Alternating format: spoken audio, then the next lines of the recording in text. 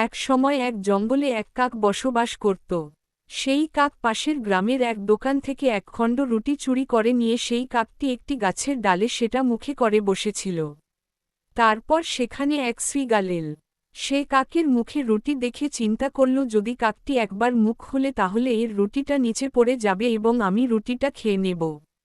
সেই শ্রীগাল তখন নিচ থেকে কাককে বলল, হে কাক, তুমি কি সুন্দর, তোমার কণ্ঠস্বরও কত মিষ্টি। সেই কথা শুনে কাক গান গাইবার জন্য যেই আরম্ভ করল তখনই তার মুখ থেকে রুটিটা নিচে পড়ে গেল। শ্রীগালও সেটা নিয়ে খাবার জন্য দৌড়ে চলে গেল। তাই বলে, ধূর্তকে কখনো বিশ্বাস করা ভালো নয়।